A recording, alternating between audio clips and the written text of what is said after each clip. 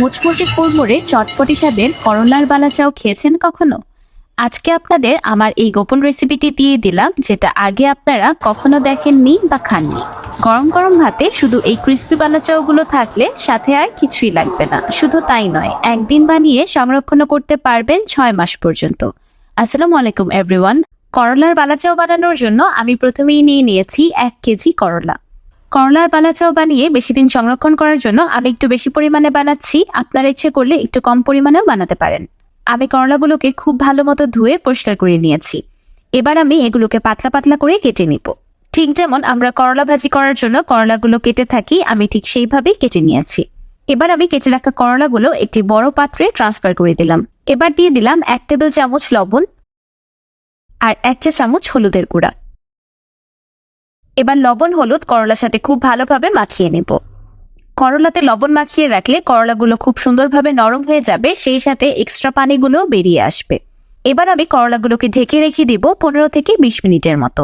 তাহলে চলুন এই পর্যায়ে বালা চাওয়ের বাকি প্রিপারেশনসগুলো করে নিই। একটি প্যানে দিয়ে দিলাম পরিমাণ মতো সরিষার তেল। আপনারা ইচ্ছে করলে এখানে সরিষার তেলের পরিবর্তে সয়াবিন তেলও ব্যবহার করতে পারবেন। আমি বড় সাইজের রসুন গোল গোল ভাজি আকারে কেটে নিয়েছি। এখানে প্রায় 2 কাপের মতো রসুন আছে।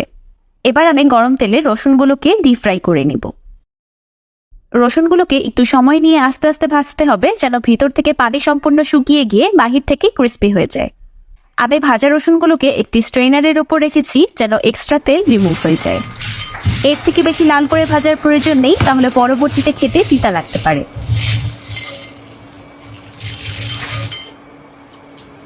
আওয়াজ শুনেই বুঝতে পারছেন রসুনগুলো কতটা বেশি ক্রিস্পি হয়েছে। এবার একটি বাটিতে নিয়ে নিয়েছি 4 কাপ পেঁয়াজ কুচি। বেরেস্তার জন্য আমরা সাধারণত যেভাবে পেঁয়াজ কুচি করে থাকি, আমি সেইভাবেই কুচি করে নিয়েছি। এবার লাল লাল ক্রিস্পি করে পেঁয়াজগুলোকেও ভেজে নিব।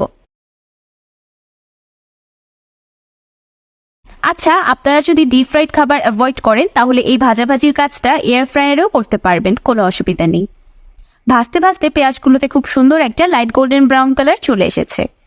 এবার এগুলোকে তেল থেকে তুলে নিব। পেঁয়াজ বেরেস্তাগুলোকে এর থেকে বেশি কালার করা যাবে না, তাহলে পরবর্তীতে কালারটা আরো বেশি ডার্ক হয়ে যাবে আর খেতেও তিতা লাগবে।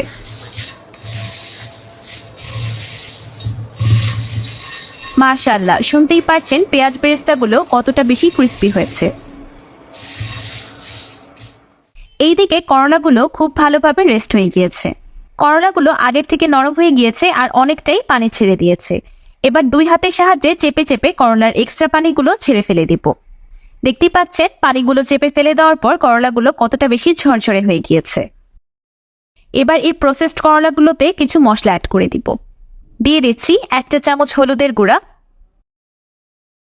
2 চা চামচ লাল মরিচের গুঁড়া, 1 চা চামচ চাট মশলা, 1 চা চামচ আমচুর পাউডার আর 2 টেবিল চামচ চালের গুঁড়ো।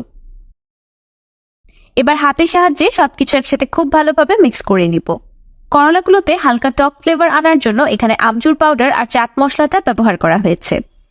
এই মশলাগুলো অ্যাড করাতে করলা ফ্রাইগুলো খেতে অনেকটাই চটপটে ফ্লেভারের হবে। এবার আমি করলাগুলোকেও ডুবো তেলে ভেজে নিব। ঠিক আগের মতোই করলাগুলোকেও একটু সময় নিয়ে আস্তে আস্তে ভাজতে হবে, যেন ভিতর থেকে পানি সম্পূর্ণ শুকিয়ে যায় আর করলাগুলো দীর্ঘ সময় পর্যন্ত ক্রিস্পি থাকে। করলাগুলো খুব সুন্দরভাবে লাল লাল করে ভাজা হয়ে গিয়েছে। এবার এগুলোকে তেল থেকে তুলে নিচ্ছি। সব ভাজাভাজির কাজ শেষ। এবার করলার বালা চাওটাকে অ্যাসেম্বল করার পালা।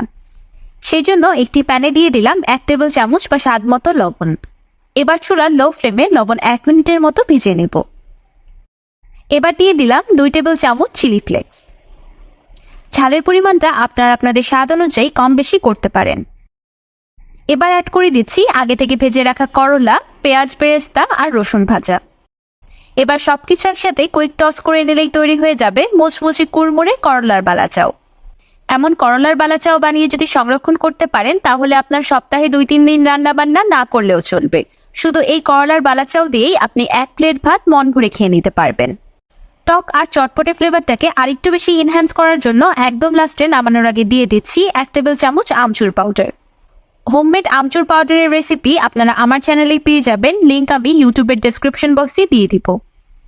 ব্যাস তৈরি হয়ে গেল ক্রিস্পি স্পাইসি অ্যান্ড ট্যাঙ্গি করলার বালাচাও। মজার বিষয় কি জানেন, এই করলার বালাচাওগুলো চানাচুরের মতো এমনি এমনি খেতেই দারুণ লাগে। আমি তো চুলা থেকে নামানোর আগে একটু খেয়ে নিলাম, একদম পারফেক্ট হয়েছে। যারা করলা খেতে পছন্দ করে না বা খেতে চায় না, তারাও এই করলার বালাচাও বেলে 1 প্লেট ভাত নিমেষেই শেষ করে ফেলবে। আসছে রমজান মাসের সেহরিতে যখন কোনো কিছুই খেতে ভালো লাগে না, তখন এই করলার বালাচাও দিয়ে আপনি খুব মজা করে সেহরি করতে পারবেন। আমি তো প্রতি বছরই রোজার আগে এই করলার বালাচাও বানিয়ে সংরক্ষণ করে রাখি, তাই এই বছর আপনাদের সাথেও রেসিপিটি শেয়ার করে দিলাম যেন আপনারাও বানিয়ে সংরক্ষণ করে খেতে পারেন। আমার মনে হয় না এমন কোনো মানুষ খুঁজে পাওয়া যাবে যার এই করলার বালাচাও খেতে ভালো লাগবে না। আমার টিপস অ্যান্ড ট্রিক্স ফলো করে করলার বালাচাও তৈরি করলে 6 মাস পর্যন্ত বালাচাও এমনই মুচমুচে ও কুড়মুড়ে থাকবে, একদমই নেতিয়ে যাবে না। এমন যে কোনো এয়ারটাইট বয়ামে করে আপনারা করলার বালাচাওগুলোকে ফ্রিজের বাহিরেই সংরক্ষণ করতে পারবেন 6 মাস পর্যন্ত।